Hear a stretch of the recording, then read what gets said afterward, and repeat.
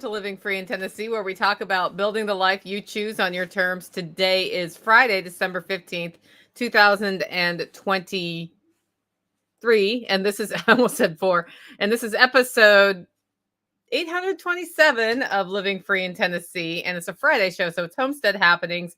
I'm here with the Tactical Redneck. Tactical, say hello. Hi. You're looking at your phone instead of the live stream. Well, I had to silence my phone because immediately after you clicked live, I got a notification that says that we're live. So awesome. So talk as loud as you can for this one, or get closer to the mic. Yeah. So once again, I started the live stream with my mute button on, and I said 3 words, and then I realized the mute button was on, guys. So I didn't have to wait for y'all to tell me, and I was like 3 minutes into the show when it was on. Anyway. Today we're doing the live Homestead Happenings show, and Janet, the practical gadgeter, Pack Rat, and Spags have checked in. Guys, how's it going? You having a good week? Are you ready for Christmas? I actually made Tactical sit in the lower chair this time, so we didn't have to fight with the camera stuff. So that's part of the fun of today. Anyway, here's what we're going to talk about today. We're going to give you a livestock update, project update, branding discussion. Talk about what we're growing at this time of year. We're growing tons of stuff, aren't we? Yeah. Lots of stuff. Some harvest meals that we have done. We should just get that out of here. Do you need that? Maybe.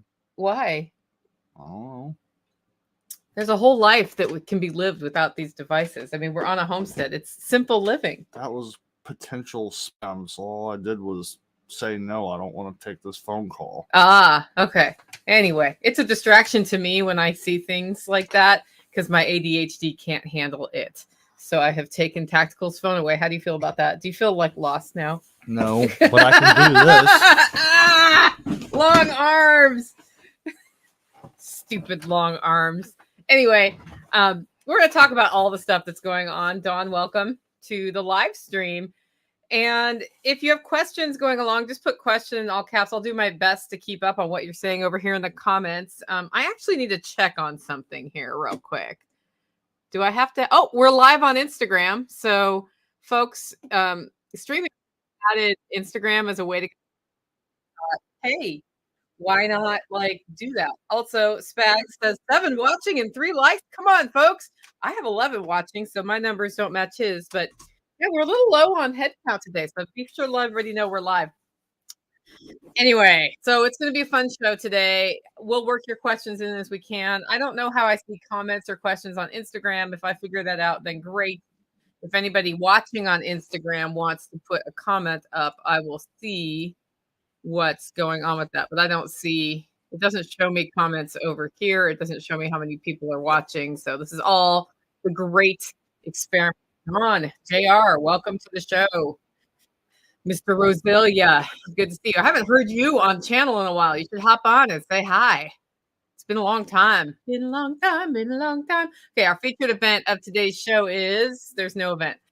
But our first sponsor that we want to thank is John Pugliano of the Wealth Studying Podcast. The Wealth Studying Podcast is a great way to find out from somebody who is a self-made millionaire how he's making financial decisions in light of everything that's going on in the world. He shares openly on his podcast, the Wealth Studying Podcast. You can download it on any podcatcher or go to investablewealth.com, click on podcast, and you can download that. Our second sponsor of today's show is Agorist Tax Advice. Matthew Sursley of Agorist Tax Advice is a great resource for the network to analyze your finances, see how you're set up, look at alternative ways you may want to structure your business, and then discuss how to track things properly, as well as any risks associated with the various write-offs you can take. He has a great newsletter and a guide available over at, he's actually redirected this link. So it's agoristaxadvice.com/LFPN. It'll take you to a page. You sign up, you get a free guide. And then I believe that puts you on an email list as well. I love reading his emails. They're very digestible, weekly emails about, hey, did you know about this tax write-off? So check that out, agoristaxadvice.com/LFTN. With that, we're going to start with some big picture stuff. So I know I have my usual morning segments or weekly segments that we do. But as we went through the notes today, Tactical kept saying, "Oh, later we need to talk about this." And I'm like, "Why later? Why not just do it live?" So what do you think about that? Okay. We need to have a branding discussion. Okay. That's what you said. Yeah. What is it? So I actually broke a camera out yesterday and started shooting a little bit of video. I stopped shooting video about the time we got the sheep because it was basically consuming everything, which is a long story if you haven't heard it. But um, I did start actually shooting a little bit of video yesterday, and I am definitely not going to try to put out a video every week or every other week or anything like that. I'm going to be putting out a video if there's something to put a video out about. So, a useful piece of information or something. So, the question is going to be how that integrates with your brand. And I was also kicking around the idea of maybe I will commit to doing a redneck show on your podcast once, say, every other month.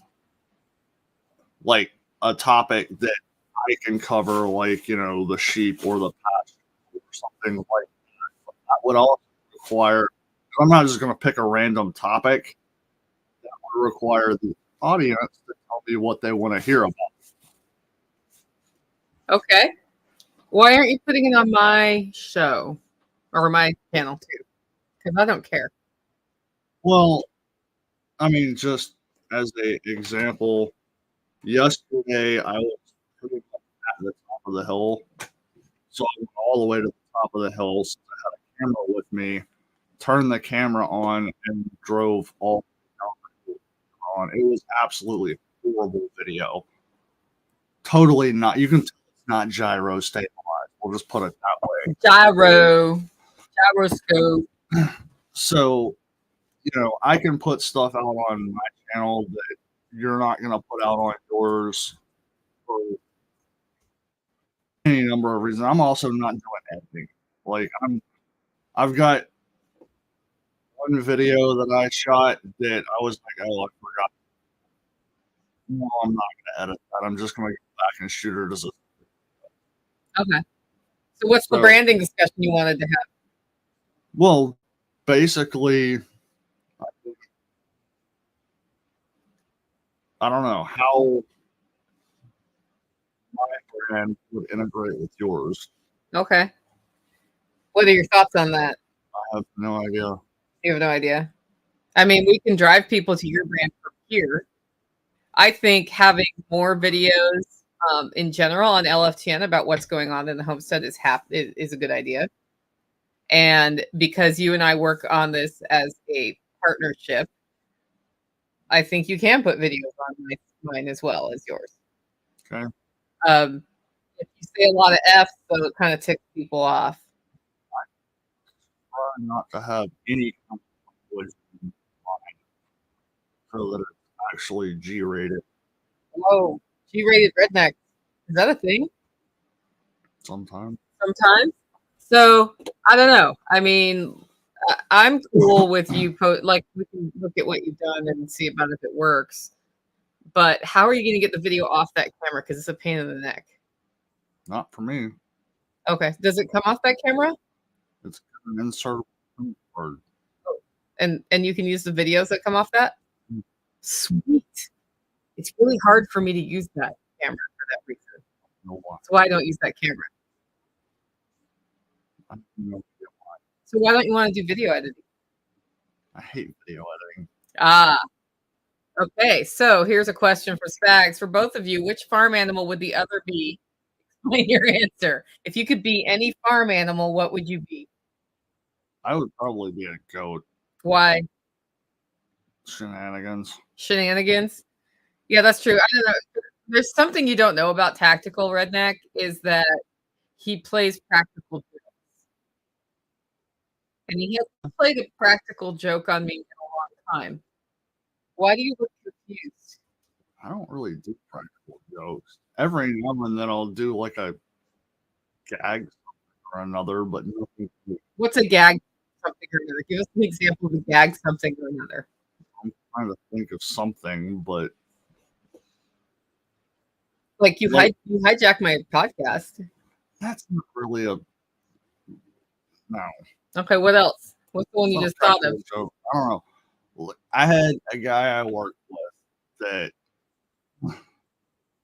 thought it would be a good idea to start a practical joke war with me. Horrible idea.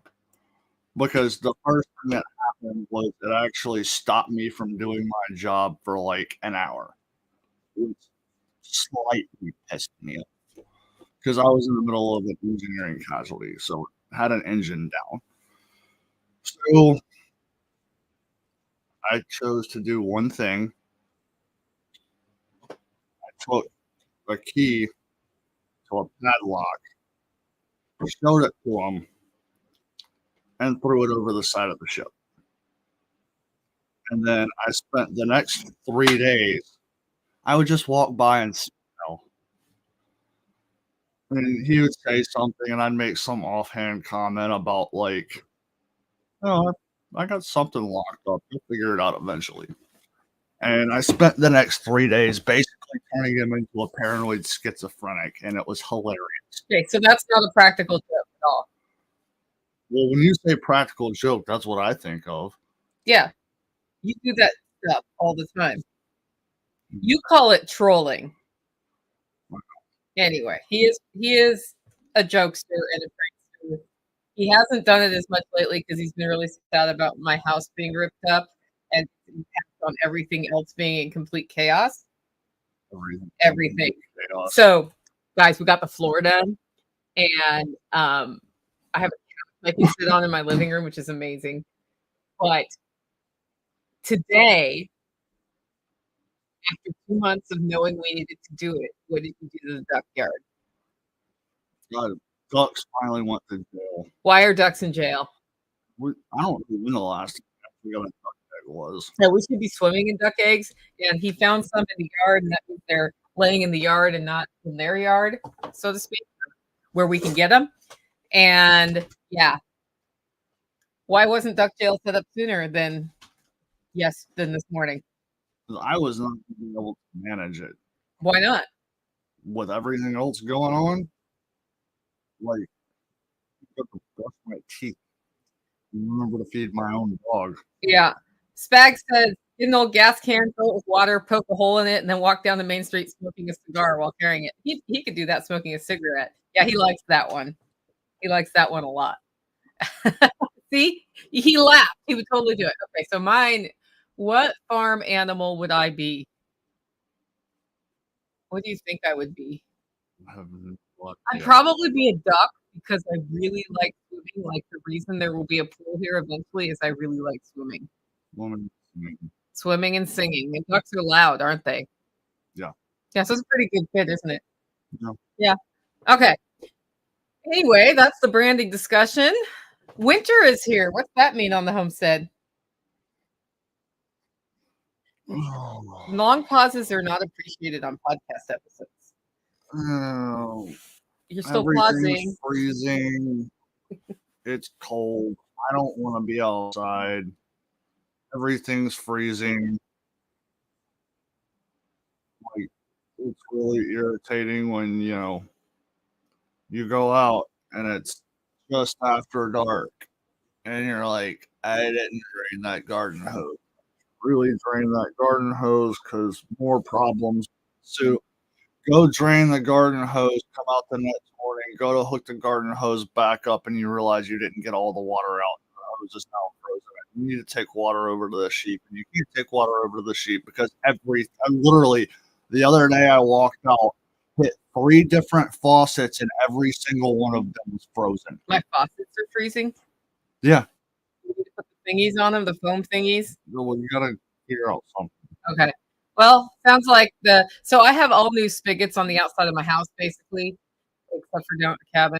And the one at the cabin's not supposed to freeze, but maybe it is. That one was frozen, but not in the actual faucet. Okay. So apparently we need to put the foam thingies on there and maybe some heat tape because I thought we got the antifreeze faucets on mine too. Yeah. Okay. Anyway, that's not working. My house. Antifreeze faucets will freeze, by the Okay, way. you can freeze antifreeze faucets. So it's only been in like the mid 20s, which does not bode well for if it gets cold. It drains the outdoor shower, and then of course everything's freezing. The other thing is my house probably hasn't been as warm as it usually is, so it isn't radiating eating out the walls much. Although I've kept it pretty warm, but I haven't stayed in my house all week. Well, no, that's not true. The last few nights because we've been working on the floor, and I wanted to sleep with my dogs because they get really unsettled if I throw them outside and don't sleep with them. So we've been in the camper because I didn't want their little toenails on my floor until it was dry all the way. But the wood stove was really important to that. So the other thing about winter is the motivation to go outside first thing in the morning. How's that? There is no motivation to go outside. I love starting my day with a cup of coffee, sitting in front of my wood stove, getting the fire going again. There's motivation to not go outside. Yeah. Yeah, I asked him if he could, like, drop off coffee down the road or something today. He's like, "Not right now, not on the four-wheeler." And I was like, "Why? 'Cause it's too cold?" He goes, "Yep." Yeah, Ed Celio says, "Tape the crud out for foam. It seems like every animal with teeth or a beak likes foam." Yeah, that's true.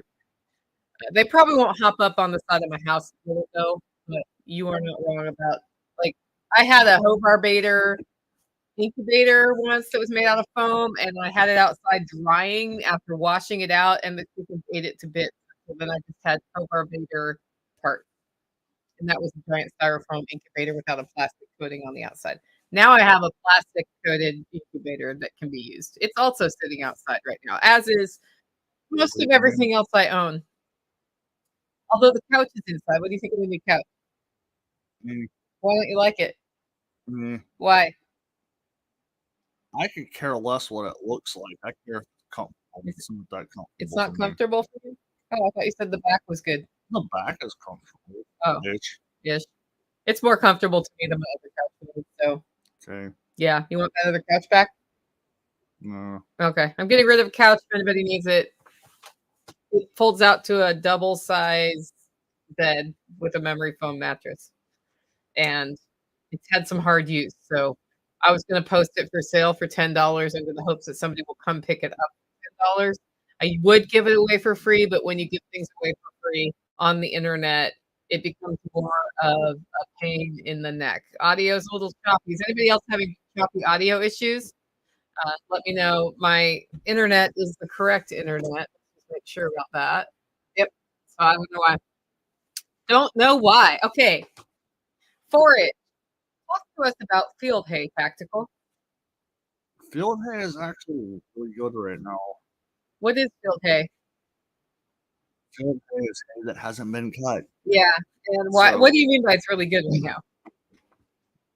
now that everything is dead and it's a little bit easier to cut through, there's a couple of paddocks in the pasture that I have not been using because it was just too much of an effort to get the sheep up there. Two of them particularly, like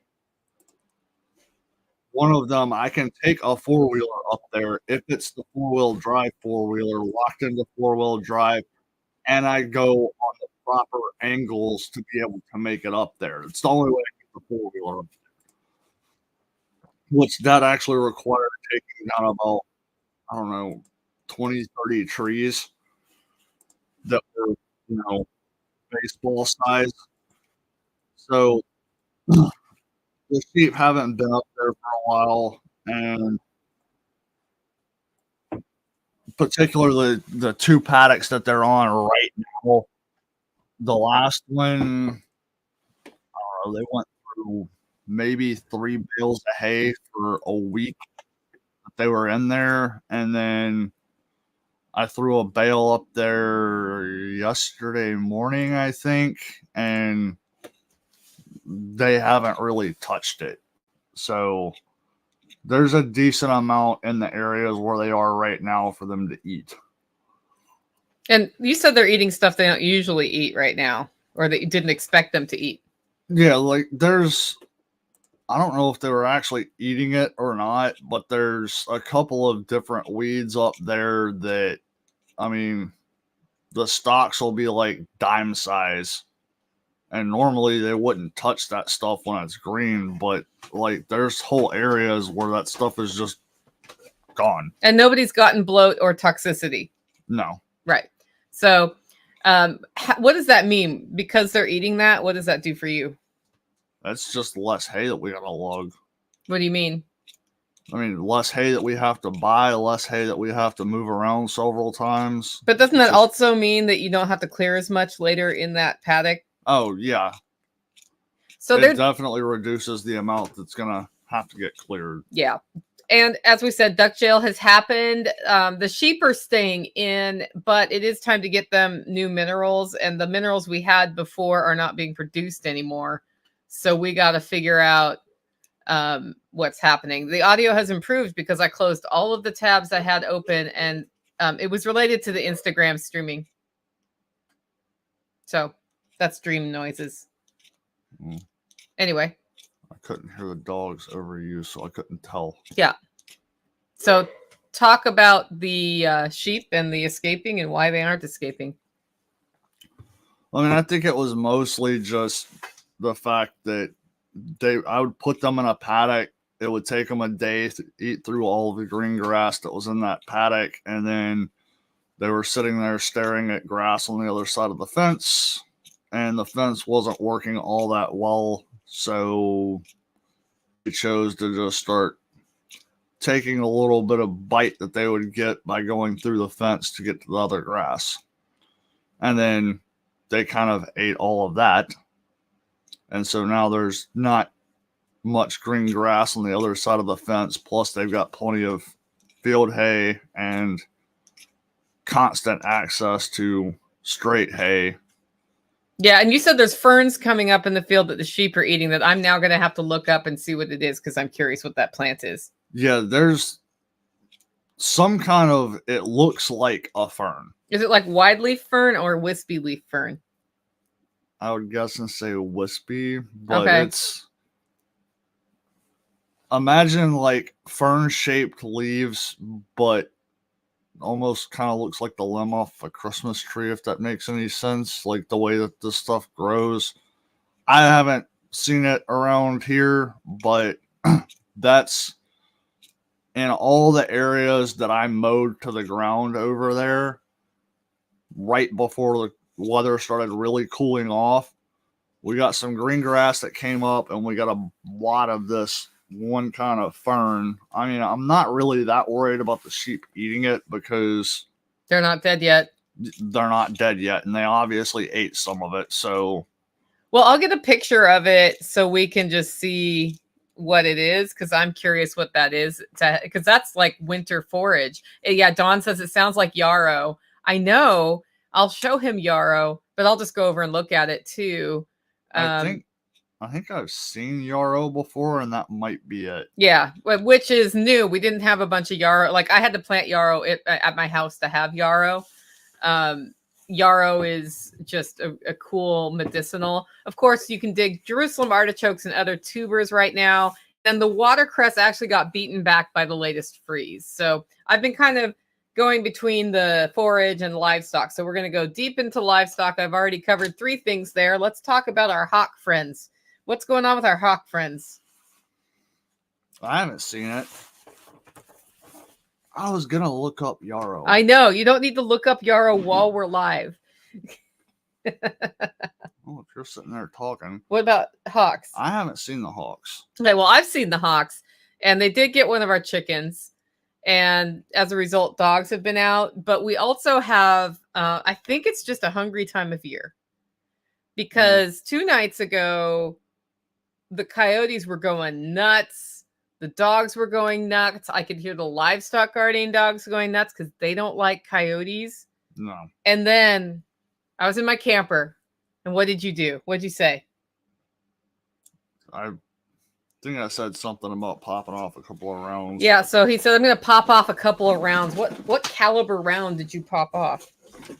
45. It was a 45 out of a pistol. My camper shook. The first shot you took, my camper went. It was hilarious, and he was like halfway across the property, so that says something to the stability of my camper. The second one, it didn't shake. And what happened to the coyotes? They shut up at that point. They shut up. But I've been seeing coyotes scat within probably a 1/10 of a mile of the house on the road. And that means that they're here and they're letting us know that they're here, which means we need to walk dogs out in the woods more. Yeah. And I mean, I think last night I popped off another round. Usually, the thing with coyotes around here is you're never going to get a shot at them because best case scenario, you can go down to the road and I think it's like 193 yards. There's a straightaway. But most of the time, maybe 50 to 75 yards is about how far you can see. And you're not getting that close to a coyote around here unless there's something wrong with it. Yeah, like, or you can bring them in with dying rabbit noises. I still don't think I'd be able to get a shot off at a coyote.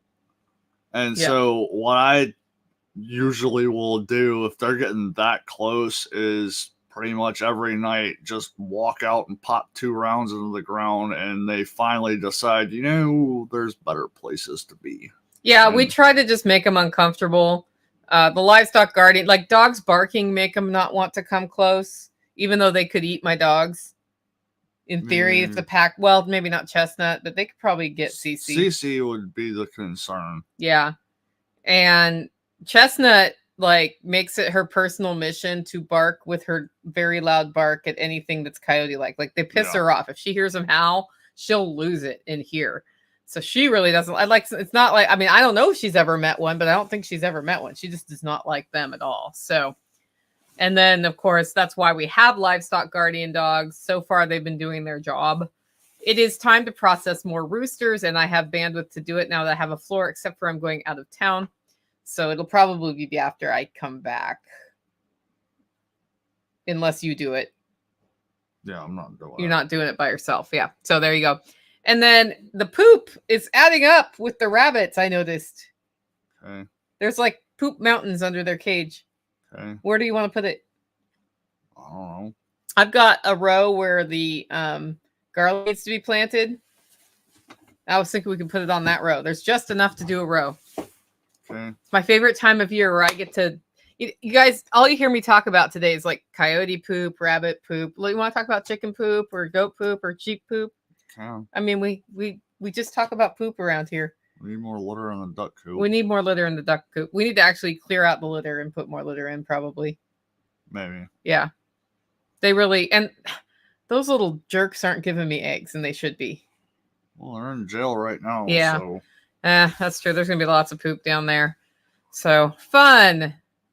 Okay, next segment is grow. I'm planning to get the indoor lettuce grow operation going in January. And I don't want to start it before January because we've been working on this project for, it seems like, the whole year. And everybody's tired. But I wanted to talk to you about this. So here's my idea for the lettuce grow operation. I get new lights that are white and not the purple Burina lights. Why? Because the purple ones are annoying in my living space. Okay. I know you have purple ones in your living space. He doesn't care. It bothers me, though. And I was thinking like under the window in the kitchen, the big window. Okay. We set up a sump and some beds for growing seedlings and lettuce with whatever. And we can pump the water through them. And so here's my question to you. If I want that to look nice, is there a way to make like the sump out of wood and seal it with a membrane and then go from that?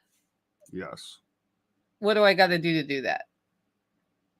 I would use hardwood or not necessarily hardwood, but not fake wood.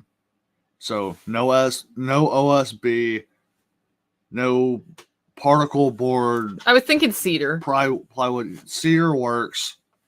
Tongue and groove everything so that all the boards lock together, and then at least on the inside and like edges, like on the top, if you're gonna have a lid where the lid sits, use fiberglass, because that's How do you do that? build wooden.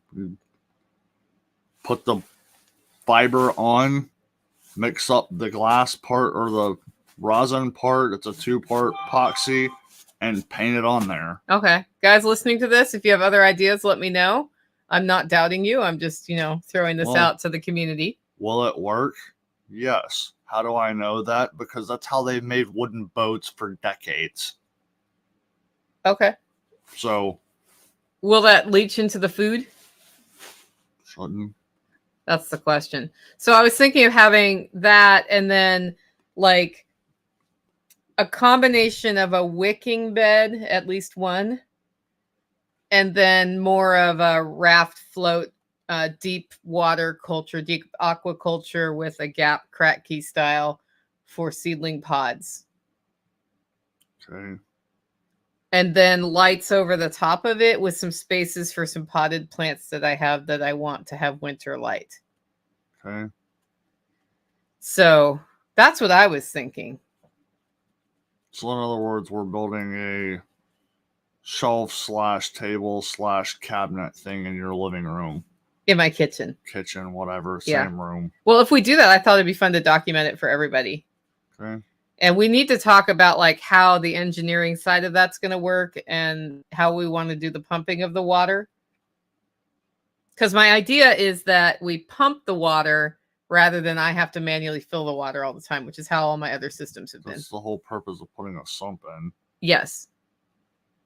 So you put a pump in If the sump could be on casters, then I can pull it out and deal with it and push it back in.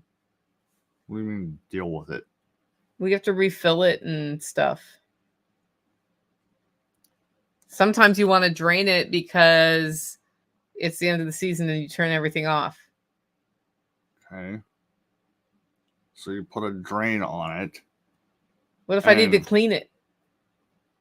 I mean, your sump doesn't have to be that big.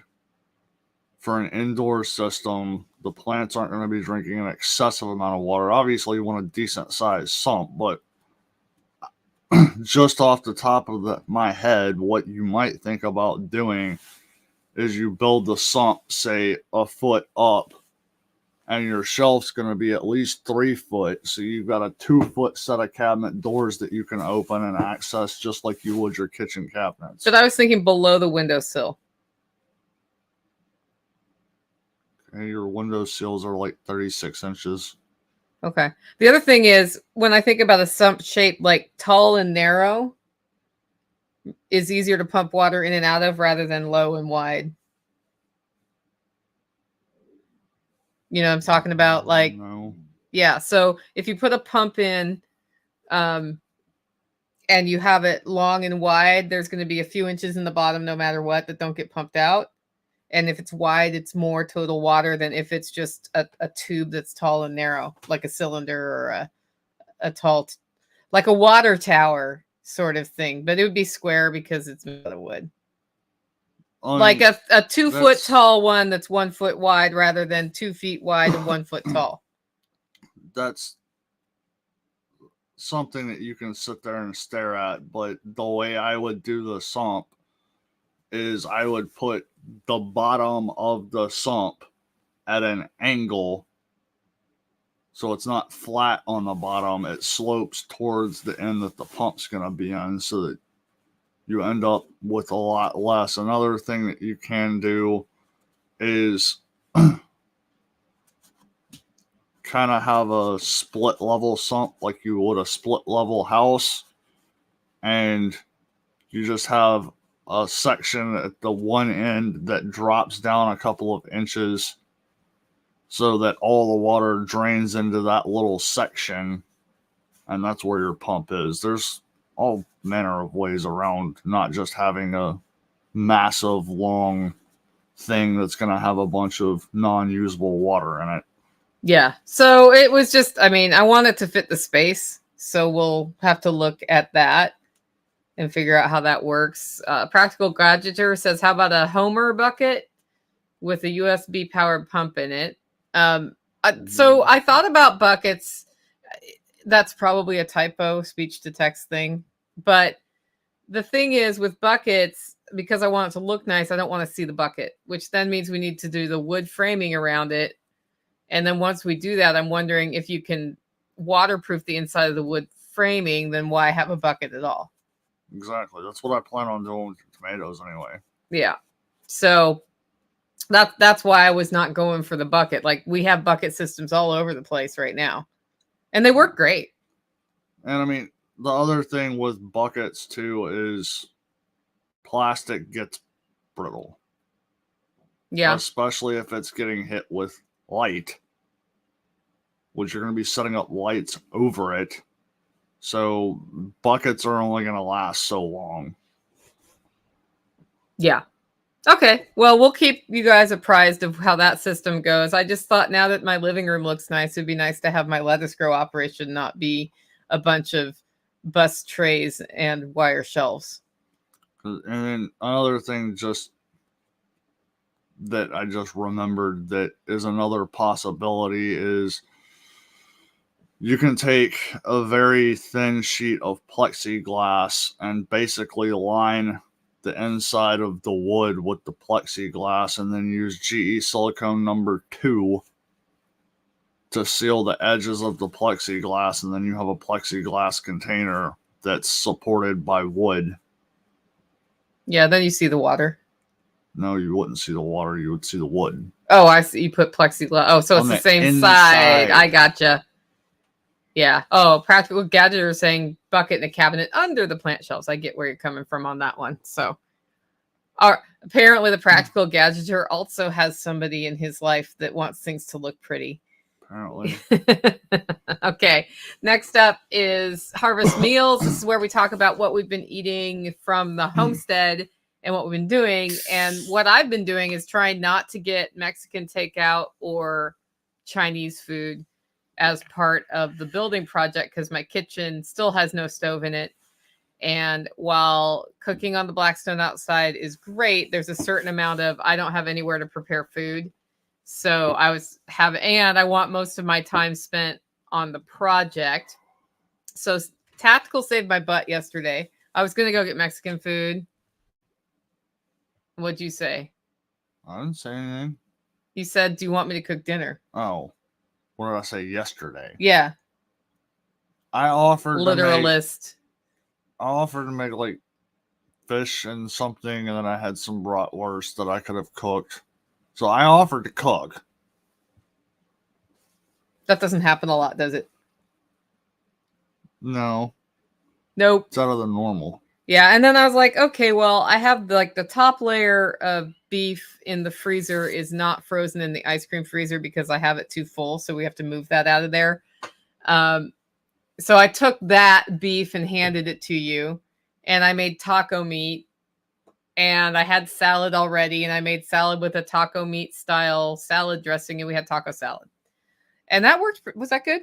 Yeah. Yeah, it was good. It was filling. There were leftovers.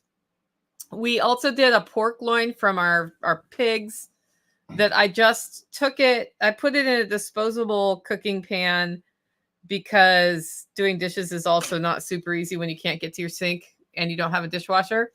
So I put it in the disposable pan. I did a dry rub of the Tennessee Griller seasoning mix from, what was that? It was from Honeybee's Kitchen.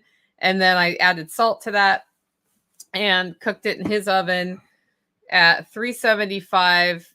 The recipe said it would take 20 minutes. It took about an hour because recipes are not tested anymore these days, I think. It was like, they said a 3-pound pork loin. I'm like, this is a 3-pound pork loin. Like, it wasn't that much meat. And they said it would be done in 20 minutes. So It was at about, I tested it half an hour or 45 minutes, and it was 95 degrees internal temperature. So why would you test it? All you need to do is write a blog post about it. yeah, long story about how you got this recipe from your grandma and how she grew up in the poorest parts of Romania. How I know you didn't get that recipe from your grandma. You said it would take 20 minutes. Yeah, anyway. So, but that was a really easy one because it was like just rub it, throw it in there. I cooked it covered until the last 20 minutes, uncovered for the last 20 minutes. So it had a little crispy edge. And Tactical ate the whole thing except for the few pieces I got. You ate what you wanted. I did. He always, here's how this goes. I eat some and he eats some. And then he has seconds and he leaves like 1 or 2 pieces after he has seconds. And then I look at him and I say, I'm not going to eat that. And then he goes back and finishes the rest of it. That's how meals go around here. He's being polite to make sure in case I want seconds, I get seconds.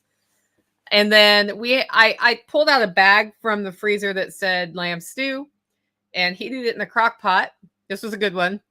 And it used radishes instead of potatoes.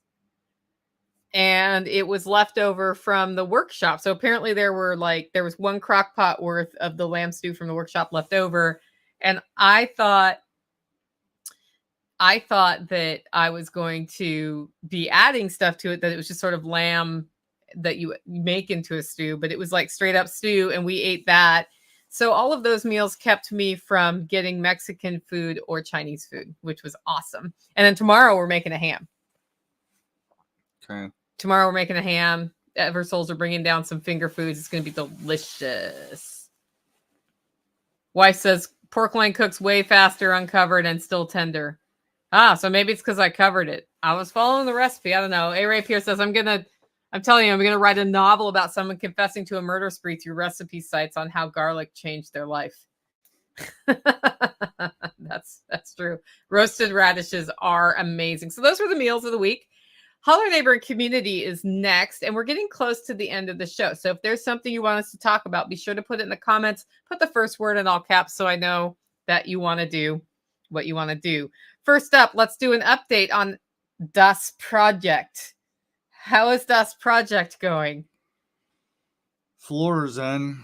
Floor is in. You can see pictures of it on our social networks. It's shiny. It's chocolate colored. It took an extra 10 days from what I thought it would take about. Way more than that. No, the actual floor took extra 10 days. I don't mean the joistices and the drywall sisses. I mean just putting the floor in. Just getting ready. I think it still took more than 10 days with all the prep. The floor took more than 10 days. Well, but how much time? It's like 2 days more than 10 days. I thought it was going to take 2 days to do it, and it took 12 days to do it. On the first day of flooring, my true love gave to me.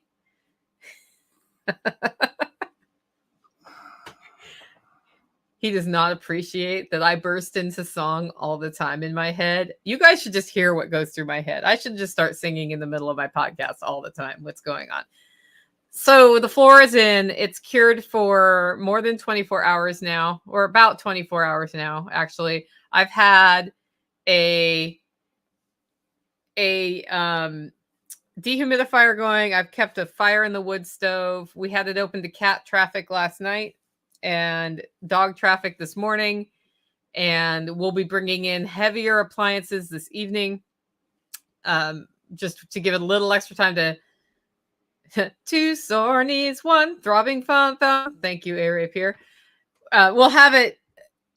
We're gonna put cardboard down before we roll that stuff across it, just because I don't want to do it straight on the floor yet. I don't know how it'll be with scratching, and I'd like to be semi-careful for the next week or so on the floor. But I really want my stove, my fridge, and my laundry machine available to use, and then of course, the dishwasher doesn't weigh that much, so it can go in and that would make everything go smoother. As far as moving back in, like the way my kitchen cabinets that are hung on the wall have ended up as a result of this is that they are full of random things, not the things that's supposed to go in them, because I sort of left some things I needed access to. So before I start moving actual dishes back in or cooking paraphernalia, I'm going to clean the cabinets, clean everything in the cabinets. They still need to be dedustified from all of that. So it's going to be a slow move-in project, but it'll be functional again. And I already started ejecting tools from my kitchen bar today, in case you didn't notice that. The only tools that should have been left in the kitchen bar was your stuff. Okay, well, that wasn't true. There were other stuff, but it was stuff that I was using. So I put them out on the black tables. Well, I had one of your drills, and I had one of your cement tools, and there was paint stuff that I'll need again, but I put it outside to get it off there. No. And then I put Ken Esch's batteries were in my house because apparently I used his batteries instead of mine. You know, well, he has real batteries. He does have real batteries. They kicked some tail. They're all charged up. I actually think I should ship those to him because he was going to come this week to put a door in, and I can't get a door. Okay. So I need to talk to him. Well, I already told him that, but I need to talk to him about the door because that's a whole nother thing. So the whole network has been involved in this project. We're going to put sort of a little post out. I think it's this week, but it might be next week. Oh, next week. Yeah, because it's Friday. About everybody who's been involved in the community project that is Das Project, which is my living room floor and walls and wiring and plumbing. Is that about right? And electrical and sheetrock. I said wiring. Ceiling, I said all those. Oh yeah, we chimney. painted this. I was like, because then the ceiling looked terrible, so you might as well paint it. It actually looks pretty good in my office. The one in my bedroom looks terrible, so that's a whole nother chapter. We've got a secret Santa going for holler neighbors, so we drew names, and that's just so one holler neighbor gets another holler neighbor a gift. So that'll happen. That's how we're handling that this year. Squirrels. Do you know how many people in the network have been involved in duplex squirrels? So here's something interesting. In October, a squirrel tried to pull back a fascia board, got into the duplex, went down the wall, got stuck, tried to eat through the wall. And miracle of miracles, I heard about it and was able to get somebody out there the same day to figure out what was going on. And they excluded the squirrels. They put bait in so squirrels would die if there were any left in there that they didn't see. Closed it off, and it was almost a whole month later that the same thing started happening on a different corner of my duplex. So I think that one was the next day. Somebody came out, same thing. In between there, I had an exterminator stop by and say there was nothing he could do because he would do what that person had already done. And then the day after, or 2 days after that, they were out and they saw that the squirrels were starting to pull a fascia board off at a third corner of the duplex, and they closed that up. And then a couple days after that, squirrels got under into my crawl space and stuck between the subfloor and the floor and tried to come up through the floor because they were lost. And then we had a wildlife specialist out. Now, I didn't know a wildlife specialist existed, but because of so all of this happened because of the network. That's why I'm talking about here. I started reaching out, how do I get rid of squirrels besides sitting out there with a 22 or with a shotgun and shooting anyone that moves, right? Because they keep trying to get in, and I don't know why they're trying to get in, but they're trying to get in. It's like they have marked my place this year as a place to go. And here's what I found out. Wildlife specialists exist. And I did that by sending a text to somebody else in the area who knew some stuff. That guy came out same day, found the squirrel that was stuck between the floors and baited it because he couldn't trap it. And he was going to trap it. And I think people have wildlife specialists do trapping because they don't want to kill the animal. I actually don't care. I just don't want them in the duplex or trying to get into the duplex. So he did that, and another squirrel got in, or the same squirrel didn't eat the bait, but somebody ate the bait. And I went back out yesterday, having talked to different wildlife specialists in another state about putting fox urine where they might be trying to get in because it's a predator urine, and then it makes them not want to be there. And then I talked to one other person who had squirrels getting into their attic years ago, and he said he sprayed fox urine around, had to refresh it every 2 months, and never had another squirrel issue after that. So Yesterday, I was at the duplex and the wildlife specialist showed up, and I'm like, how are they getting in? Because that's the other thing is you want to exclude them. And he said, like the forklift holes where they put the HVAC in, they can get through those holes. And they're like, tiny, but big enough for if a squirrel can get his head in, the squirrel can get in.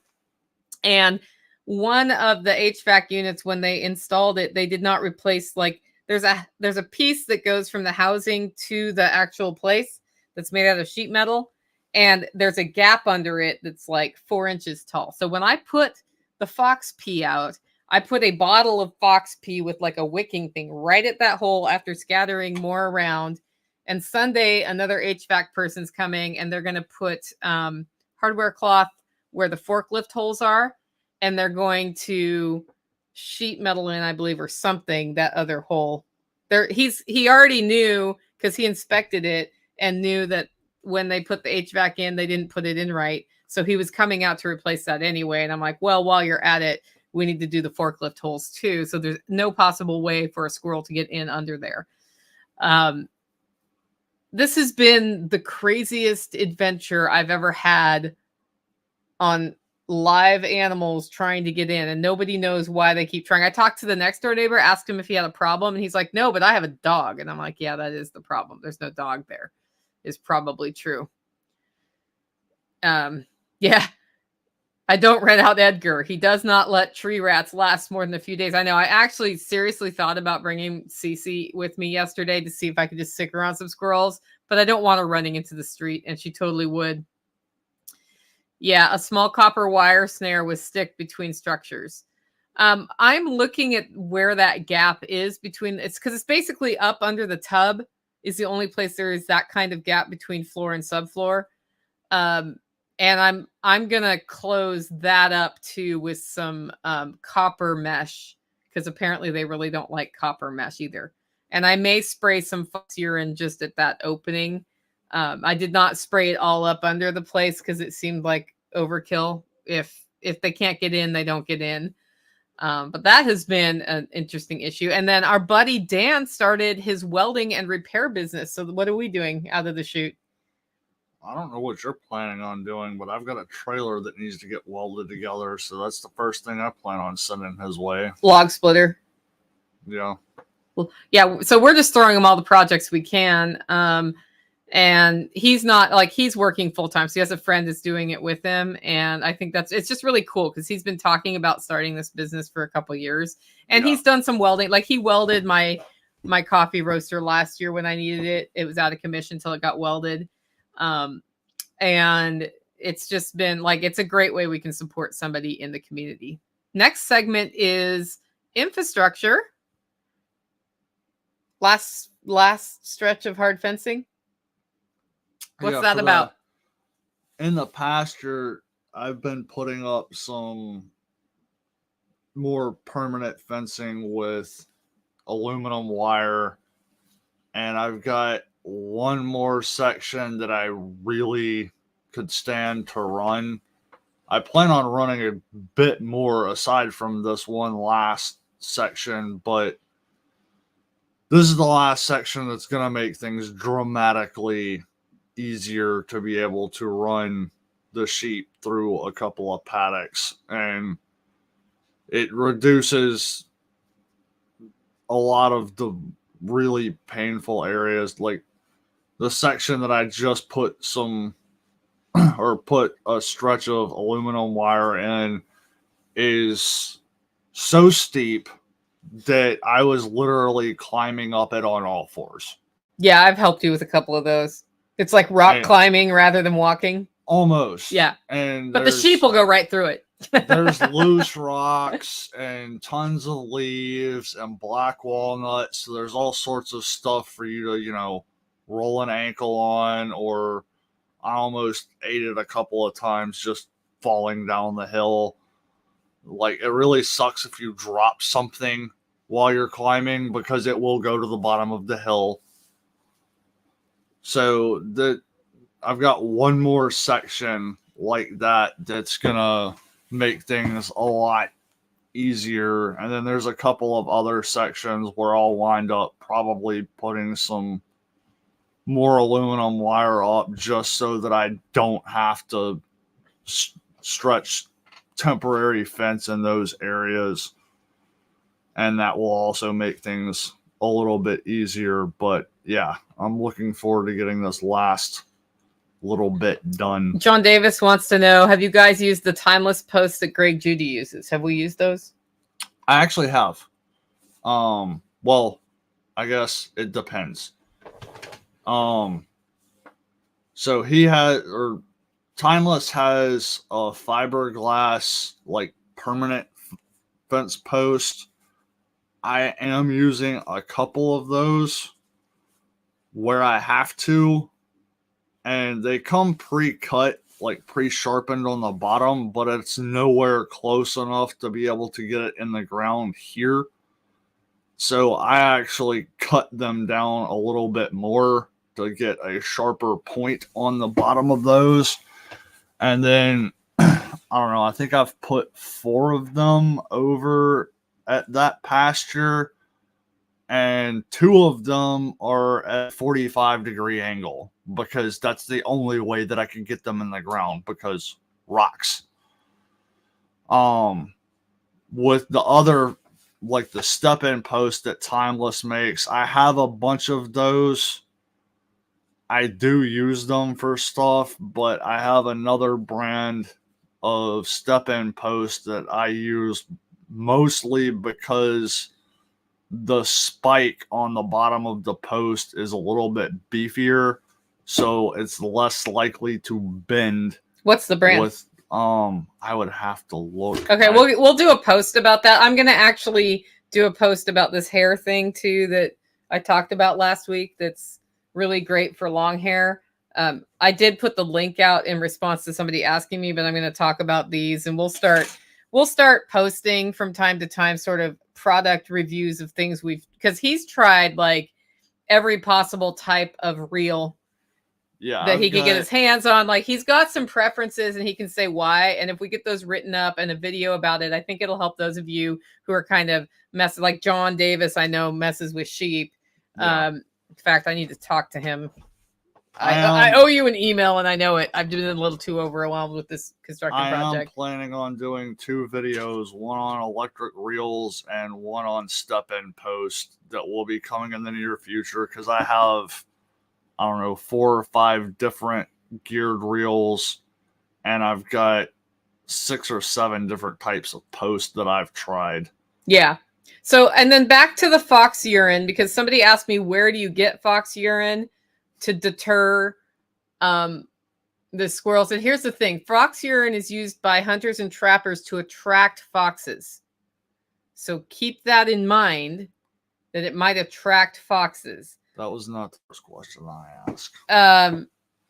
But I was able to get it at Bass Pro, but there's a site called predatorp.com where you can get it. And also Amazon has it in larger bottles.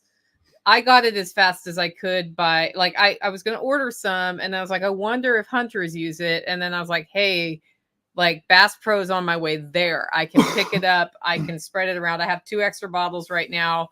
It's cheaper in bulk, but I will and then somebody else said mothballs might deter squirrels. So I'm actually all about scattering mothballs all over the inside underneath of that duplex. Don't care.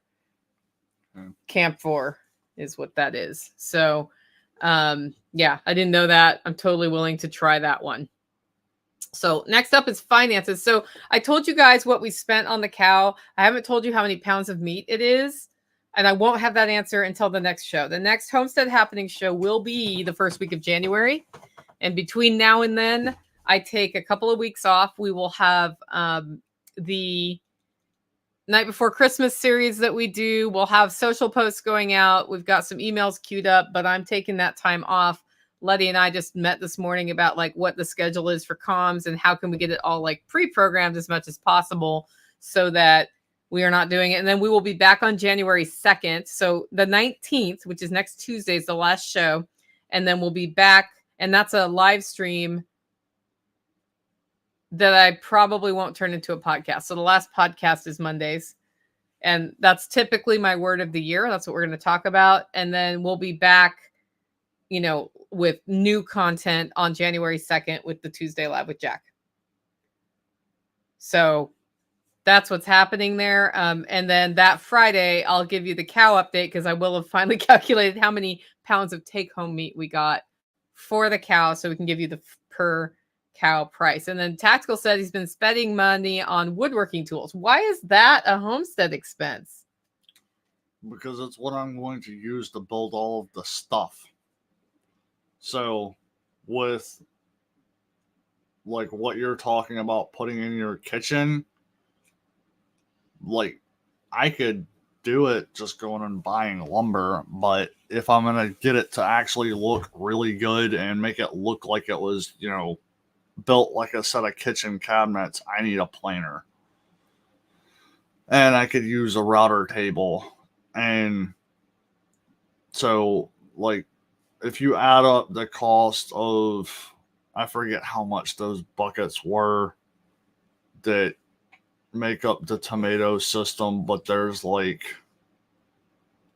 I think 27, 28 buckets times just say $8. That adds up quick. So being able to build that out of a couple of pine or cedar boards that we get a lot cheaper is going to start saving money, and it's going to be more durable. It's going to be prettier. And it'll look better. Everything about it will That's be what better. I care about. It's going to be prettier. So does that mean we're selling the tomato system? I don't know.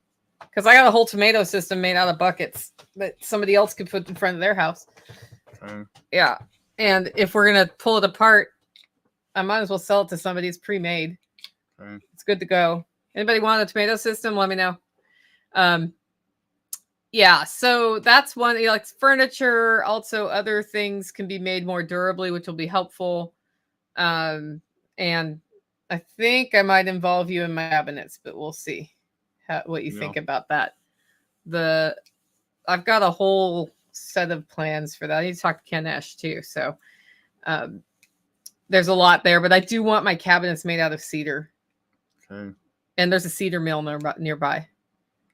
And I am not ready to build my cabinets just from a financial standpoint at this point. So this project is like, okay, once it's done, take a financial break. Oh, agree? Yeah. Yeah. But we are getting back. Like, it's funny how mentally having the floor done makes it easier to do everything that we've been struggling to do for the last few weeks. That's what I thought was interesting. Yeah. And big picture, like you were talking this morning about how things are way clearer, big picture to you on the homestead. What's that about? Well, I mean, when I say that, I'm just talking about like we have had a direction that we are going, but now it's not necessarily let's patch this thing back together so it works again and that we're not going to have to keep fixing it. Now it's let's redo your floor so that it's solid, it's going to last, it's the way you want it. Your kitchen is laid out the way that you want it. And we're starting to be able to do that with other parts of the property as well. So it's like, okay, you've got the swales over there and this is over there and the chickens are down there. So let's put this here and let's do it right. We're not going to do it right now because we can't do it right. So we'll wait on that and we'll get this other thing patched up first. So like I'm still voting that the workshop is the next big project to tackle. So, but the long-term vision is starting to become a lot more clear as far as the infrastructure goes. Yeah, and it makes things a little easier when the infrastructure works. Like getting that hillside handled would make a whole lot of things better next year, but that's more of a spring project probably. Yeah. Anyway, cool. Well, that's what we've got for Homestead Happenings. This is our last Homestead Happenings of 2023. Thanks for being with us on this journey this year. It's been fun seeing your questions about homesteading. I hope we've brought value to you on your homestead journey or not on your homestead journey, just relaxing. We will be back with an update on that cow next year, first week of January. And Monday's show is the word of the year announcement, as well as our usual segments that we do on Monday. So, guys, with that, if you want to support the show and the work we do here, one, get your coffee at hollowroast.com. Get your order in today. Get your order in today so it can arrive by Christmas if that's what you're doing. Or become a member. You can find out more about that at livingfreeintennessee.com. With that, guys, go out. Make it a great week.